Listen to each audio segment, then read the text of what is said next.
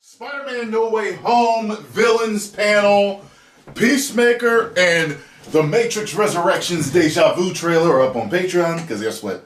They got claimed. Let's check this out, shall we? Tom, the floor is yours.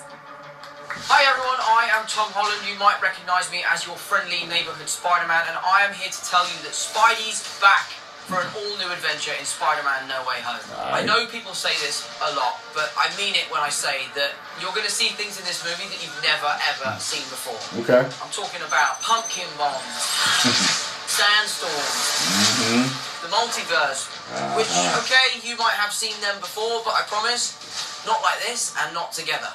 Okay. Also, Peter Parker is finally heading off to college and the word is out. So yeah, everyone knows that he is Spider-Man. So throw your fan theories out the window. They're probably not true, or are they?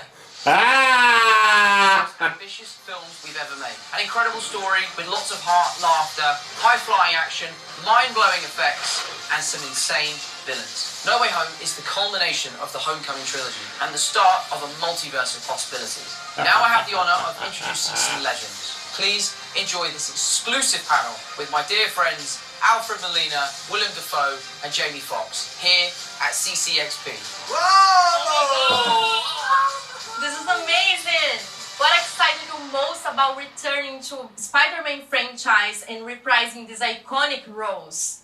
You know what, I was excited knowing Amy for years, man, and knowing what she's done with this franchise, and she was explaining to me it's going to be hot, you know, and I didn't have to be blue and things like that as far as my character was concerned, so you're going to be a little more hip and whatever like that, and I get a chance to hang out with these, what are you these incredible thespians. But, I mean, to walk on set, man, and to see these guys, I literally, like, bowed to them, and we just been having a ball. Willem, how about you? Willem? You know, when I heard it, I thought, wow, that's pretty nutty. I guess we did pretty good in the first film, but I thought, okay, they can figure out a way to bring me back. But it was really the pitch. And like Jamie, I know Amy's history. She walked me through it, and then John, the director, kind of pitched the whole idea before I read a script. And it sounded like a lot of fun and a good solution. And then when we went deeper into it, I liked the idea that I was returning to something that was same but different. It's a return to something I did before with that kind of history, but there's a spin on it. And that appealed to me. I'm sure it did. For me, it's just about the money. I was going to say, plus y'all know how hot Marvel is and the money you can make. The other day about how 20 years since his first Green Goblin, 17 years since my first time as Doc Ock, and these are the longest options that a studio has ever exercised on actors. You know, it's like we've been waiting. But it's the material, the pitch was excellent. And to be honest, when the idea was first suggested, my first thought was, hang on, I'm 17 years older, I've got chins, I've got wrinkles, you know, I mean, what are they going to do? And then, of course, I suddenly realised, wait a minute, they've got the technology, this isn't going to be a problem. But it's been very nice to come back to something that is familiar, but at the same time completely new, because the technology has moved on phenomenally since in the last couple of decades, you know, and so that's it's kind of still exciting. How did it feel to put the costume back on? You want to know the truth? Nobody knows how uncomfortable those costumes are. I knew it. I knew he was going to say some shit like that. We are actors. You forget about the discomfort, and, you know, it's part of it. But the costumes are much more comfortable than they were before. I remember the initial fitting to create the costume for the Green Goblin. I stood there for 8 hours, and they put different preformed pieces on me. Now, they scan me, and they can design it, and then make the costume, and then try it on me. It's a huge leap in the technology. And they're more flexible. We can do more things with them. They should have scanned them last time. I heard that in Batman Returns, Michael Keaton got scanned with lasers for them to make the suit. So I It's don't a know. little different. Old Norman and the Goblin are further down the line, and they have a few more tricks up their sleeve. So it's not an exact. There have been upgrades on the costume, let's say. Alfred, how about you? Yeah, well, the main difference between that film and this one is that the tentacles are all kind of CG now. They'll all be superimposed on me at a later date. Whereas in the original movie, they were mechanical, and I had them attached to me, and we had puppeteers working them. Practical effects. So I like that's that the though. big difference. But it's just a great story. It's a wonderful world to be in. You know, it's we're having, if I say so myself, we're having a lot of fun. A lot of fun. Jamie? I'm happy we got a brand new start, a brand new look.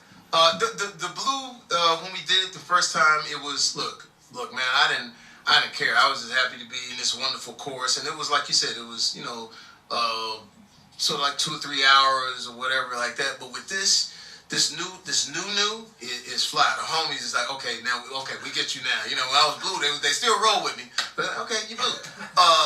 But with this one, it just feels more comfortable, and I think it feels more today, modern, not trying so hard. Like I sort of related to R&B. Back in the day, in R&B, you used to have fringes on your outfit, and and like shoulder pads and things like. Now you can sing, So it's like now we're just singing. What do you love most about portraying a villain? The thing about grounded villains is that, and this is what's so wonderful about the villains in the Marvel universe, if you like, is that so many of them become villains almost reluctantly, almost in spite of themselves. An accident happens or some terrible tragedy, and it transforms them. And that's what makes them very playable. Megatron didn't become that way. There's some real depth to it, and that's what makes Actually, it I think interesting. Megatron In a lesser environment, us as villains, we would just be functionaries. Not in the We cartoon, would just be though. there to, get the plot going. He became But here that we've way got real storylines. We've got they are real people, and so it's Green Goblin has a case to state this time.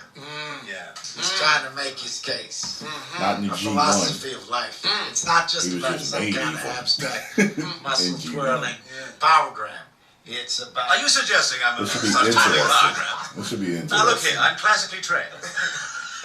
But now a tricky one. Which villain is the most terrifying? Oh man, it's crazy. It's crazy because, like I said, we've just been watching Willem, and it seems personal. because with Electro, it's like Electro and us. It's to the world. The world did me wrong. But when something is personal, and you could go all the way back to Shakespeare, when something is personal, and that either that jealous thing, there's nothing that can beat that. No matter what costume you put on, no matter what you say. So when he speaks, he has the power, and I think you really. But I'm being right though. It'd be different if I was blowing. Like here's the thing. But if I was blowing, but here's the thing. But if I was blowing smoke, he'd know it. Here's the thing. It's personal, and anytime you can get a character to be personal in a movie, it has the most weight. So. CCXP is a fan event. Is there anything you would like to say to your Brazilian fans? Well, I mean, if I may speak purely for myself, I think there is, at some level, because we're professional people, there is some level where we don't want to let them down. We want to give them something that is going to be worth their while. But the fact that a huge percentage of the audience are comic book fans who know this world, they love the detail, they love the kind of the inside baseball of it all. I think that's important to us as well, because we don't want to disappoint that side of the storytelling either. And so I think it's a sort of symbiotic relationship, really. They give us the chance to give them what they want. And Did you that's say symbiote on it's purpose? just so much fun. Whoa, thanks guys. Thank you. Thanks. All right. That was interesting hearing them all talk.